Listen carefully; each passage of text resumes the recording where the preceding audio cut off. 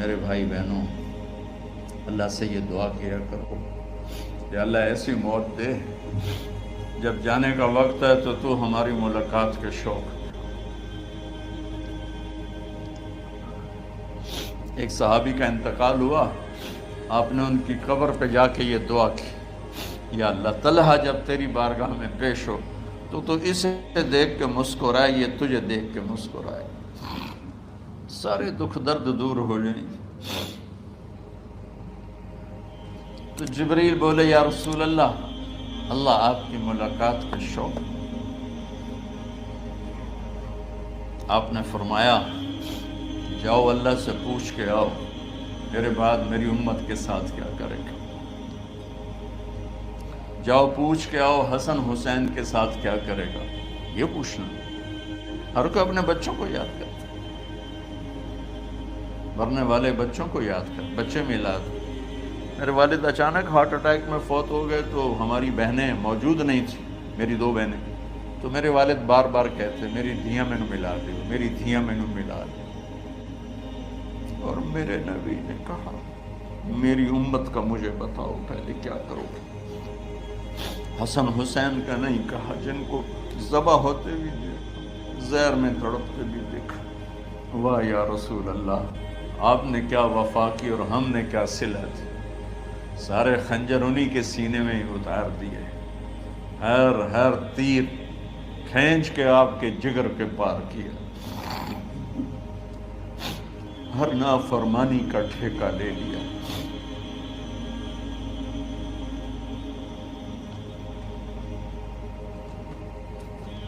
آؤ پوچھ کے آؤ میرے بعد میری امت کا کیا کرے گا۔ تو جبریل جا کر پیغام لائے کہ اللہ تعالیٰ فرما رہے ہیں ہم آپ کی امت کو تنہا نہیں چھوڑیں گے۔ میرے رب کی عزت کی قسم، خواتین و حضرات، میرے رب کی عزت کی قسم، میرے نبی یہ بات نہ اٹھاتے تو کوئی ہم میں خنزیر بنتا، کوئی بندر ہو جاتا، کوئی کتا ہو جاتا، کوئی سانپ بچھو بن جاتا۔ اللہ کی ہم سے کیا رشتہ داری۔ اس کملی والے پہ درود و سلام پڑھو جس نے اولاد کو پیچھے کر کے تمہیں اللہ سے مانگا، اور محشر کے میدان میں جب جہنم آ کے ایک چیخ مارے گی اور آدم سے لے کر عیسیٰ علیہ السلام تک ہر نبی کہے گا نفسی نفسی، ہر ماں باپ کہے گا نفسی نفسی، ہر بیٹا بیٹی کہے گا نفسی نفسی، ہر خاوند بیوی کہے گا نفسی نفسی، ہر بھائی بہن کہے گا نفسی نفسی۔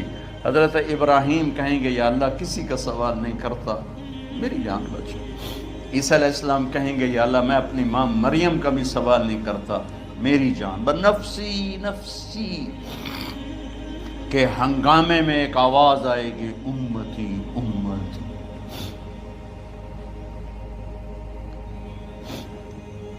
کون ہے یہ؟ ساری دنیا نفسی نفسی کہہ رہی، یہ کون ہے امتی امتی کہنے والا؟ آواز کے تعاقب میں جب نظریں جائیں گی تو اپنے نبی کو دیکھ لینا، تڑپتے ہوئے بدن کے ساتھ، کانپتے ہوئے ہاتھوں کے ساتھ، اور پھیلی ہوئی جھولی کے ساتھ، اور بہتے ہوئے آنسوؤں کے ساتھ صرف ایک ہستی ہو، صلی اللہ علیہ یا رسول اللہ، صرف ایک ہستی ہوگی جو کہیں گے یا اللہ میری امت، یا اللہ میری امت، یا اللہ کون سی امت جس نے ہر بڑے سے بڑے گناہ کے اڈے کھول کے زندگی گزاری۔ میرے نبی انہی کو یاد کر رہے ہیں، میری امت میری امت میری امت۔ جب تک اللہ نے یہ نہیں کہا کہ آپ کی امت کے بارے میں راضی کر دوں گا، آپ نے فیصلہ نہیں کیا کہ چلو ملک الموت اللہ کی تقدیر کو پورا کر، اور جاتے ہوئے 2 نصیحتیں فرمائیں، وہ بھی بچوں کے لیے نہیں، بیویوں کے لیے نہیں، امت کے لیے۔ الصلاۃ وما ملکت ایمانکم، اے میری امت نماز نہ چھوڑنا، نوکروں سے اچھا سلوک کر، حقوق اللہ نماز، حقوق العباد غریب لوگ کا فرمایا غریبوں پہ ترس کھانا، اپنے نوکر ملازم غلاموں پہ ترس کھانا، اور نماز نہ چھوڑنا، نماز نہ چھوڑنا، نماز نہ چھوڑنا۔ نماز آخر الفاظ سے نماز نہ چھوڑنا، نماز نہ چھوڑنا، نماز نہ چھوڑنا۔ اور اب حضرت عائشہ کے سینے پر اس طرح نیم دراز تھے، حضرت عائشہ یوں سیدھا بیٹھی ہوئی تھی۔ اب فرمایا کریں مجھے فخر حاصل ہے، مات فی سحری و نحری، میرے نبی نے میری گردن اور سینے کے درمیان اللہ کو جان پیش کی۔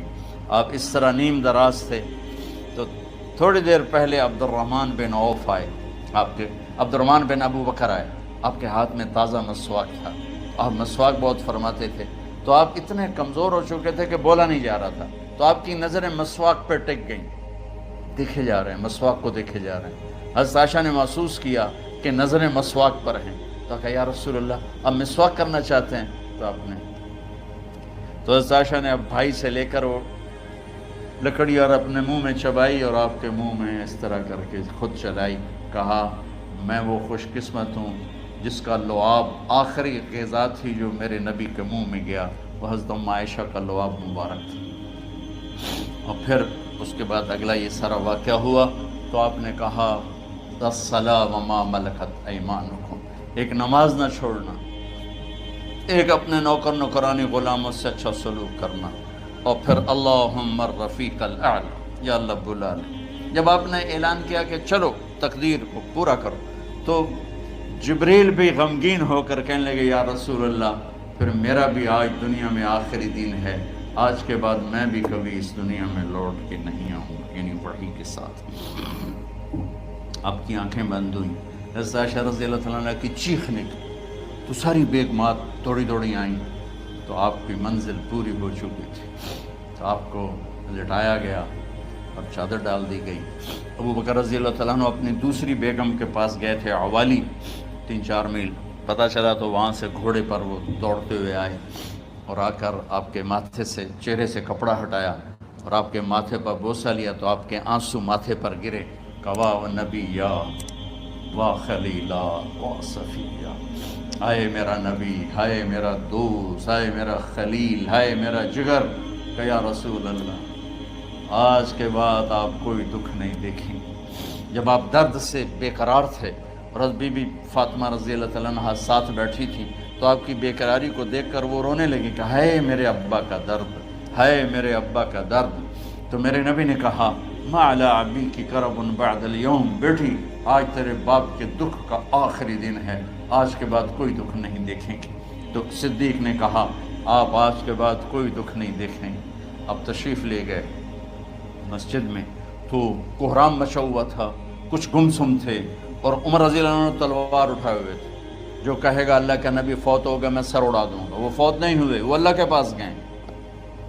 ایک جنونی کیفیت پیدا ہوتی، وہ واپس آئیں گے، سارے کفار سے جہاد کریں گے۔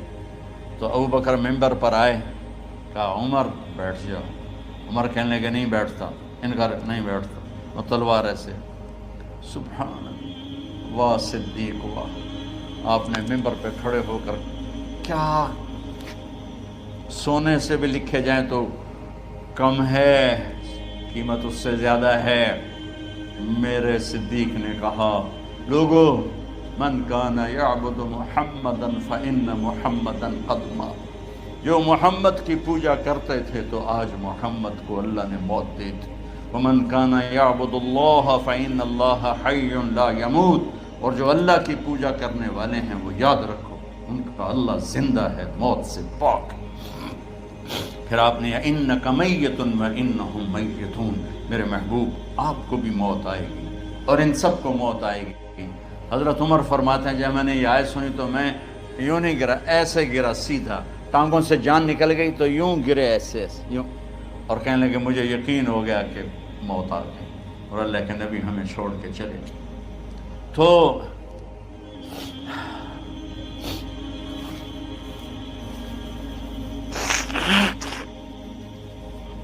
غسل کون دے، کیسے دے؟ اہل بیت نے غسل دینا تھا۔